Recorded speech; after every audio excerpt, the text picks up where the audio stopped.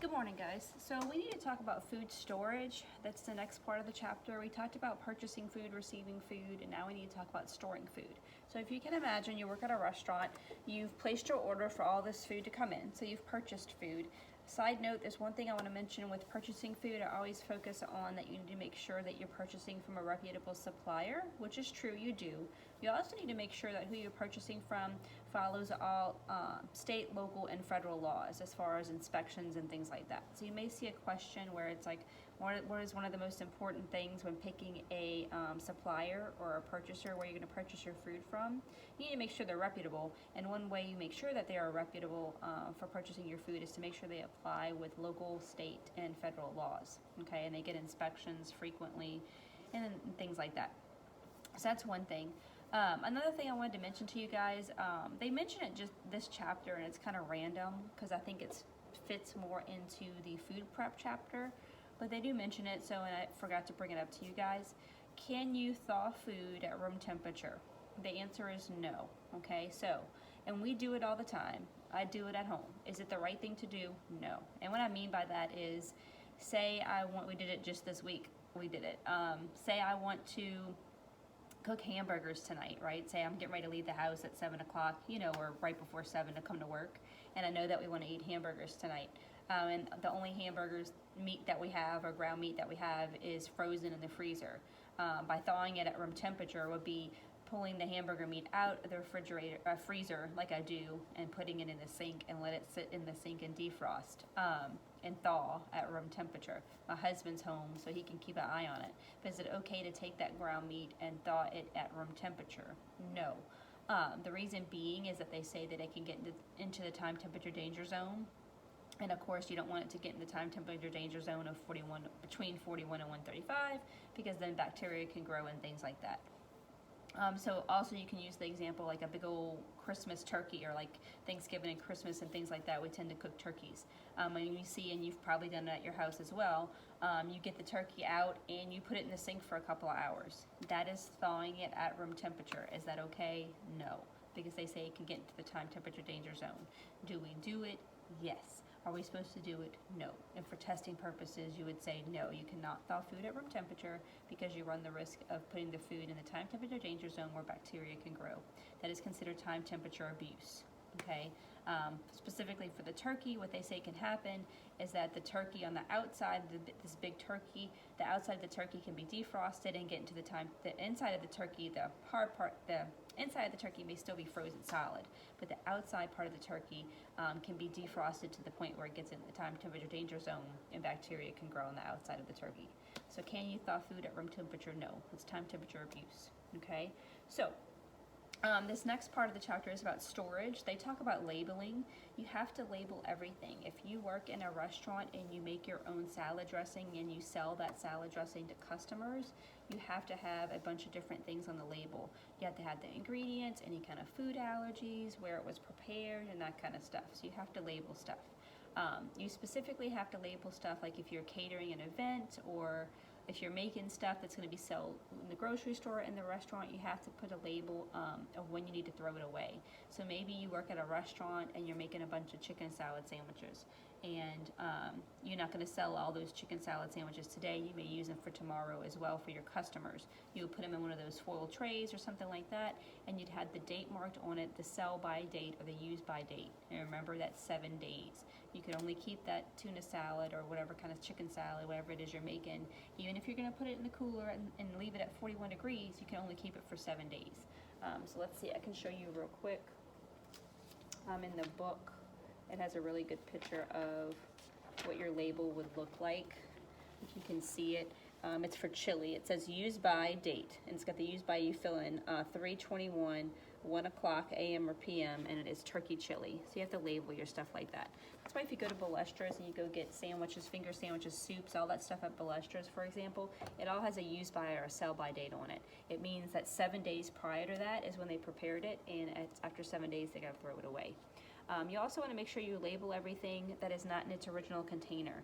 So can sugar, and it says that this happened before, sugar looks, for example, looks very similar to powdered milk, flour, It could be a bunch of different things. So if you're taking sugar out of the sugar bag and putting it into a container, you have to label that sugar.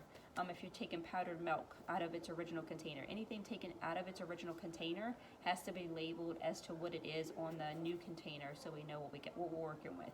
You don't want to have sugar sitting on the shelf and not labeled and pull the container out, and you really were looking for flour and you're dumping a bunch of sugar in whatever it is you're trying to prepare. So anything not in its original container has to have a label on it. If it cannot be mistaken for anything, like dried pasta is dried pasta. You can't mistake that for anything. Then you don't necessarily have to have a label on something like that, okay? Make sure you're aware of FIFO. That is first in, first out, which we kind of already talked about that when we went in the kitchen. So stuff that's going to expire first is going to be in the front, and stuff that has later expiration dates is going to be in the back. I'm looking at my little sticky notes here to make sure that I cover everything that I wanted to talk to you guys about. All right, so as far as storage order in your coolers, so typically you're going to put stuff, if you receive stuff from the company, you're getting a big delivery of food, you need to put it in your cooler. Some things to remember with coolers: do not overload your coolers. Don't shove a bunch of stuff in your coolers and overload them. They're not going to work as well. Do not cover the shelves with foil, because that blocks the airflow. You need to have a temperature thermometer that stays in your cooler to let you know how cold your cooler is, and you need to check that with a air probe thermometer. Remember, it's got to be, if it's air, it's got to be plus or minus 4. You need to make sure that your coolers are staying at 41 degrees, and you want to put your little temperature check that stays in the cooler at the warmest part of your cooler. So the warmest part of your cooler is where you're going to want to put your little thermometer check to tell you how cold the cooler is. If you're doing an oven or something like that, or a hot holding unit, you would want to put something that's supposed to be kept hot. You'd want to put it in the coldest part of that hot holding unit to keep track of the temperature.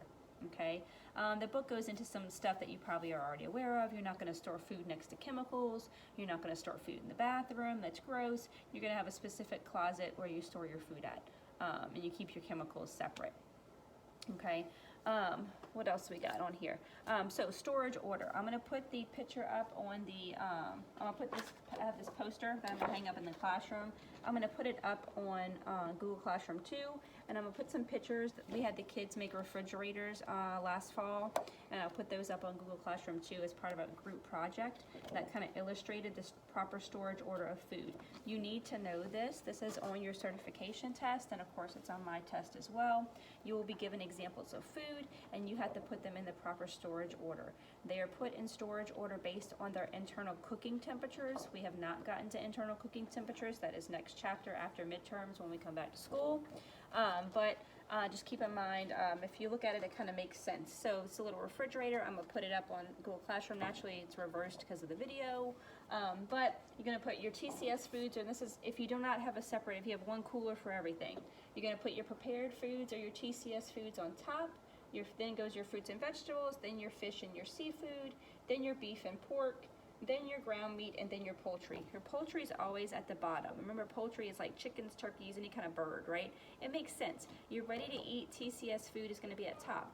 You're not going to put ready-to-eat TCS food at the bottom and then put poultry and like fish and raw meat at the top, and then if they have any of those juices like from the chicken and all that dripping down on your ready-to-eat food at the bottom. That doesn't make any sense. So of course ready-to-eat food is at the top, and your poultry is at the bottom. For the kids, it was easy for them to remember ready to eat. I would have them, oh, it's okay, I'm going to write it on the board, tell me what I need to fill in on the board, and they'd say ready to eat it's at the top and poultry's at the bottom, and they would sometimes get the middle mixed up. So you just got to make sure you look at that and you're able to keep it straight. So it's ready to eat, seafood, whole cuts of beef and pork, like roasts and steaks and things like that, any kind of ground meat, and then you got your poultry and your chickens and turkeys and stuff at the bottom. Okay, so I'll put this up in Google Classroom so you can see. I'll put some sample pictures up. Okay, I think that's it for today. Your test is going to be on Friday, and I'll put up a little review tomorrow to kind of help you out with your test on Friday. And then exams are next week, and I'll give you a little bit information about that on Friday as well, what to expect for your exam. Okay? All right, guys, I hope you have a great Wednesday, and I hope to see you guys soon. And enjoy the beautiful weather outside.